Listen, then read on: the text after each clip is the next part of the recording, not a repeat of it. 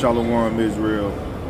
Quick PSA, man. We can't be out here listening to one side of a story and running with it. If you do that, you're not wise. You're simply not wise. Because this is what our Lord told us to do. The book of John chapter 7 and 24. It says, judge not according to the appearance, but judge righteous judgment. So we can't judge things on what they may appear to be, especially coming from a one-sided perspective. You know what I'm saying? We got to judge righteous judgment according to the law, statutes, and commandments, man. You got to hear out matters.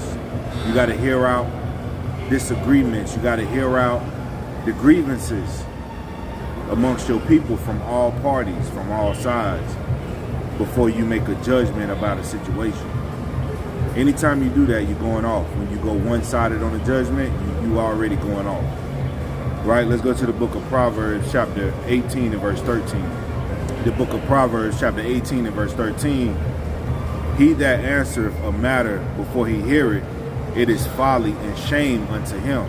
So if you answer a matter, if you're making a judgment on a situation and you haven't even heard the whole matter yet, you know, that judgment is null and void, man. That's some unrighteous judgment that you're making because you haven't listened to all parties. You haven't weighed all possibilities of the situation. And that's where a lot of our people err.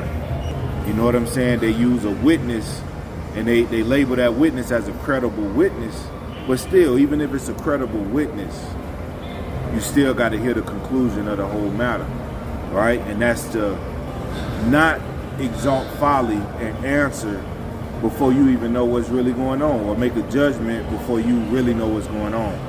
Let's go to the book of Ecclesiasticus, chapter 5 and verse 9. The book of Ecclesiasticus, chapter 5 and verse 9, and it reads, winnow not with every wind, and go not into every way.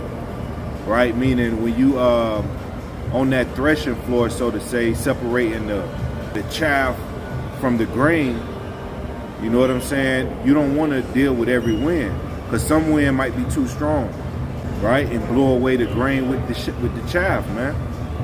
You know what I'm saying? Don't winnow not with every wind and go not into every way. Meaning don't mingle in these vain imaginations, so to say, that the other person is illustrating. For so doeth the sinner that have a double tongue.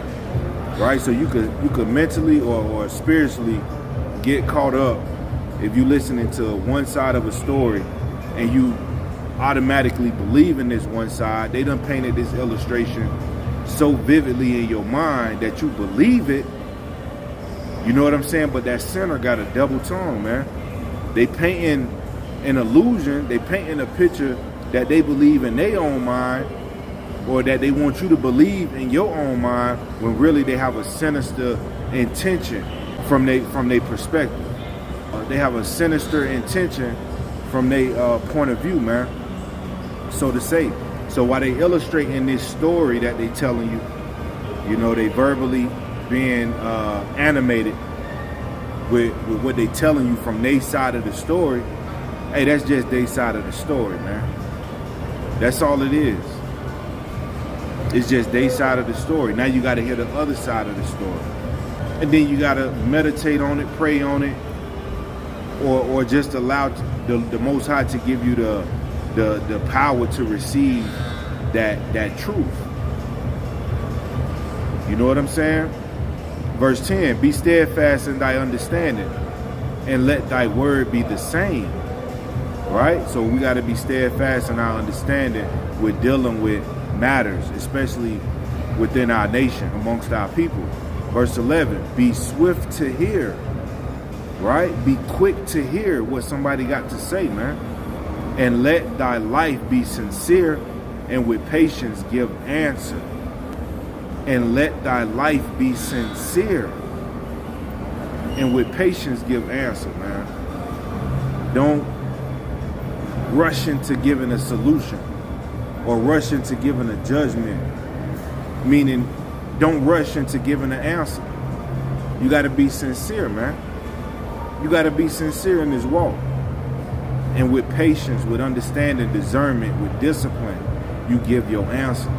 to that matter once you fully heard the conclusion of the whole matter about a situation. Right? Verse 12. If thou hast understanding, answer thy neighbor. If not, lay thy hand upon thy mouth. Right? So if you done evaluate it, assess the situation, and you understand it, give your answer. But if you don't have the answer to give, if you haven't fully evaluated, if you haven't fully examined the matter in its entirety and weighed out all options, hey, lay your hand upon your mouth. Don't say nothing. Right? It's better that you not say nothing at all and let the Most High do the work as far as the person that's coming with the grievance or the situation. If you don't have an answer to give them, don't give them an answer. Don't just make up nothing. You know what I'm saying? Let the Most High work through their experience in life and through his creation and through other messengers that he send their way. Sometimes it ain't on you to answer, man. Especially if you don't have the answer. It ain't for you to answer.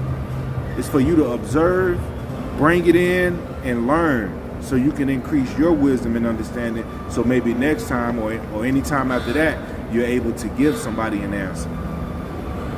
Right? And to be real, we deal with situations in the nation.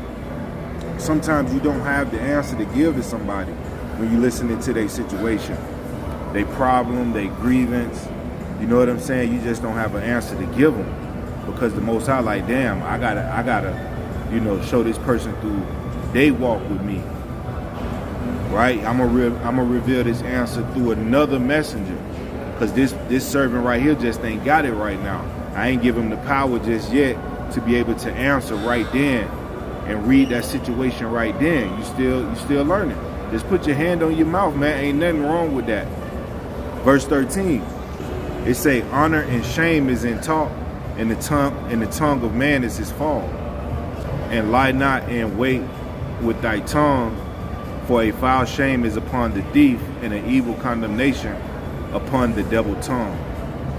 Verse 15, be not ignorant of anything in a great matter or small. Right? Be not ignorant of anything in a great matter or a small.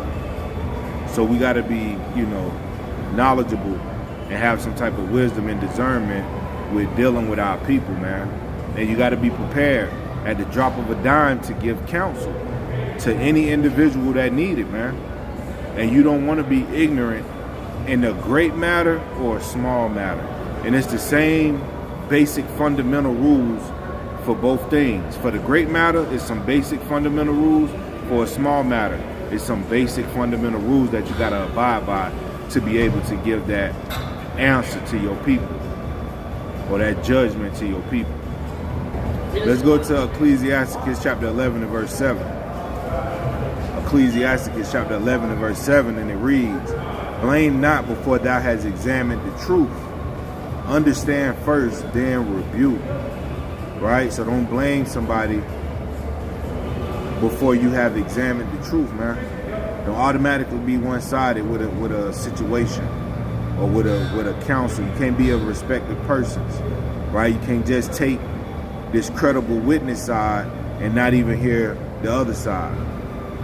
Everything must be proven, right? Blame not before thou hast examined the truth. Understand first, then rebuke, then correct, right? Because people, they'll create false narratives, right? And those false narratives make people start to bear false witness. You know what I'm saying? Out of the mouth of 2 or 3 witnesses, the truth shall be established, right? That's law. Let's get that in 2 Corinthians chapter 13 and verse 1.